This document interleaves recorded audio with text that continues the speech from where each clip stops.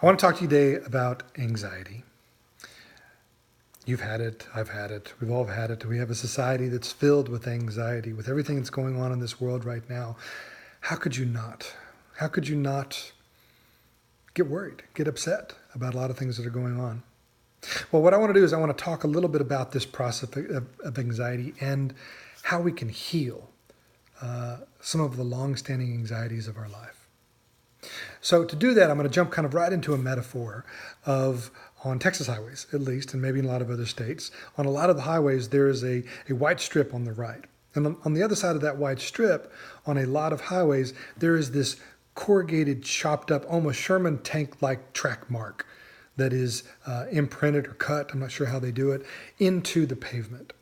And if you're driving and you kind of aren't paying attention, and you cross that white line and you hit that track mark, it's known as a rumble strip.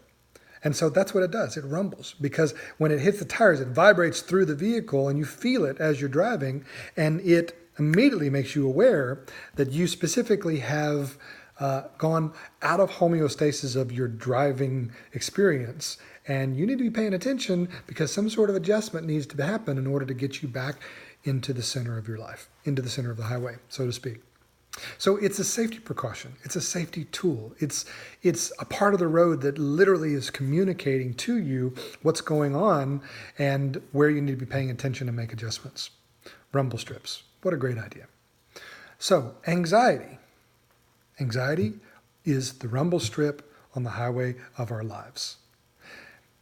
The key to mental and emotional health is this one true understanding, and that is that the pain, the uncomfortableness of mental and emotional health is in the body. It's always in the body. It's never not in the body. Now, we may have thoughts and emotions, and they may certainly be very interconnected into the multidimensionality of who we are, but we feel aspects, the uncomfortableness of anxiety in certain places in the body. And this can be very subjective, and there can be a lot of complicated patterns because humans are very complicated. But there does seem to be some objective patterns that I've seen in my work over and over and over again. And I think that as you begin asking these questions of yourself, you will begin seeing some similar patterns as well. So when we are having sensations in the head, one pattern that is very frequent is for there to be something going on that is controlled or confusing. In other words, we don't have any control, and we're kind of confused by that. This can also frequently come with sensations in the arms and hands because we literally want to grab something or someone and make it the way we want to, put them where we want it to be.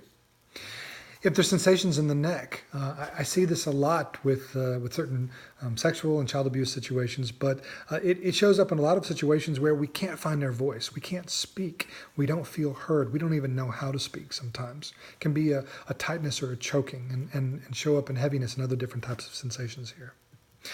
In the chest, this is just a very, very rich area. This is anger, tightness, masking fear, hurt underneath. This is heartache. There's a study done by the University of Maryland and the University of Arizona showing that heartache or heartbreak is a signal from the brain into the vagus nerve in the neck, chest, upper digestive. It can feel like there's an elephant sitting on top of your chest. It can feel like a gaping hole or a wound, just a giant emptiness as well. All of these different types of sensations can be happening right here in the chest. This is a biological signal that's telling us, wake up, pay attention. You're not safe in some way, and you need to shift, you need to change something so that you can feel safe and, quite honestly, continue the species.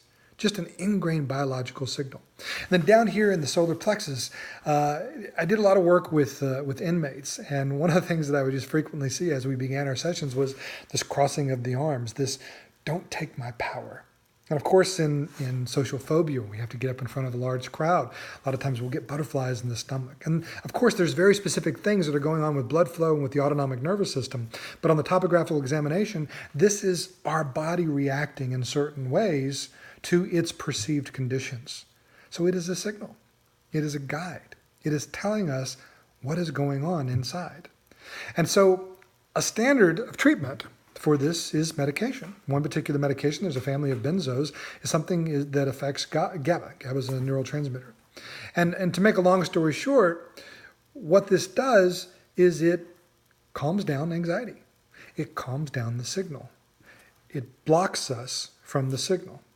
Now, back to the highway example. Let's say that you are driving on the side of the road and you go past that white line and you don't have the signal and you're not paying attention. What does that do?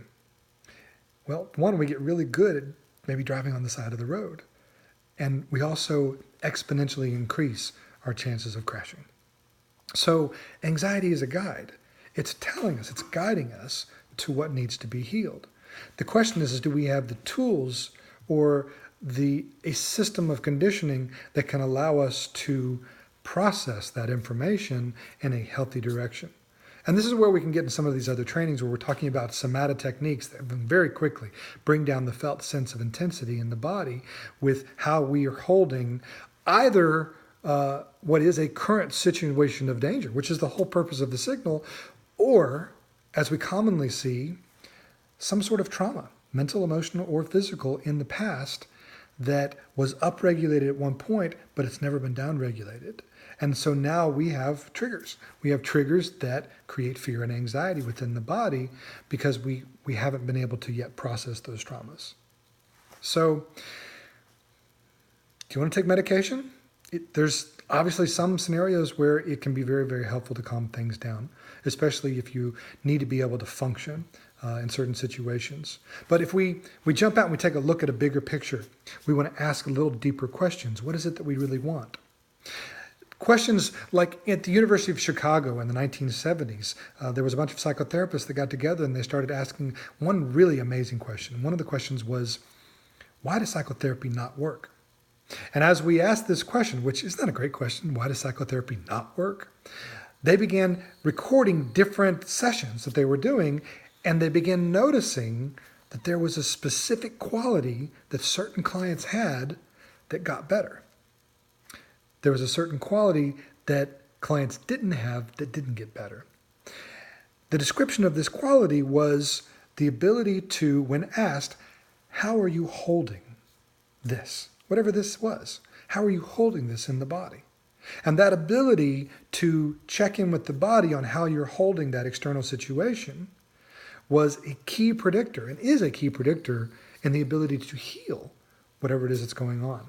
As opposed to the other population, when asked, how are you holding this in the body, they went, what do you mean?